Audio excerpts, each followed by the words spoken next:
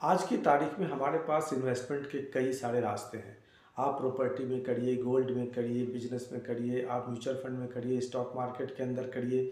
और mutual fund और stock market का क्रेज़ ज़्यादा ही है। प्रॉपर्टी का तो हमेशा से रहा है, गोल्ड भी हमेशा से रहा है। ये दोनों चीज़ तो हमेशा से रहा है, लेकिन म्यूचुअल फंड और स्टॉक मार्केट का क्रेज़ आज के ज़माने में ज़्यादा बढ़ गया, क्योंकि ऑनलाइन इतने सारे ऐप आ गए हैं कि आप घर बैठे बैठे उसमें लगा सकते हैं।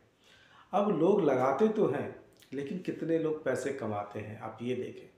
आपके दोस्त कोई ऐसा हो जिसने किसी कंपनी का स्टॉक खरीदा और उसके पैसे डबल हो गए। वो 10 बार आपको बताएगा कि मैंने इस कंपनी में पैसे लगाए थे और मेरे पैसे डबल हो गए।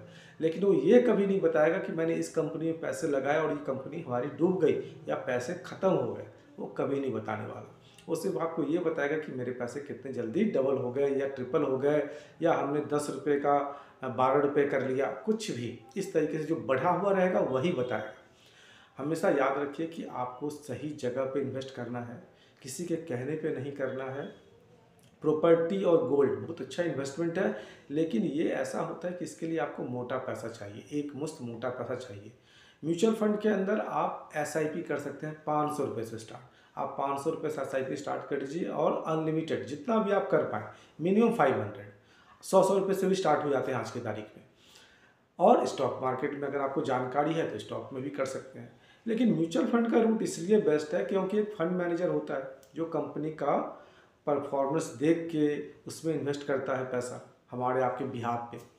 दूसरा ये चीज़ है कि अलग अलग सेक्टर्स में करता है वो, कभी वो केमिकल है, आईटी है, इंफ्रास्ट्रक्चर है, बैंक्स है, वो देख के करता है। क्योंकि इतनी सारी कंपनियां हैं, हम और आप दो चार कितनी कंपनियों को रिसर्च कर लेंगे।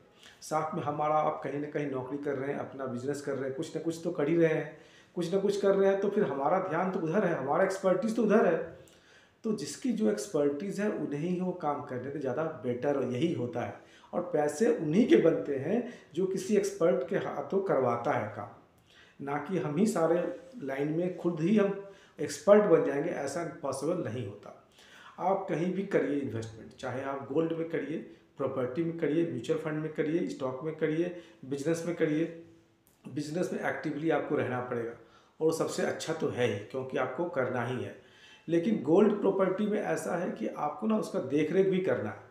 अगर आप ने प्रॉपर्टी खरीद ली और वो 1 करोड़ की प्रॉपर्टी है, बच्चे बड़े हो गए, अब वो काम पे चले गए, अब आप मियाँ बीवी या कोई एक आदमी एक्सपायर हो जाए, कोई एक रह जाए, तो उसके लिए बर्डन है, टेंशन है उल्टा।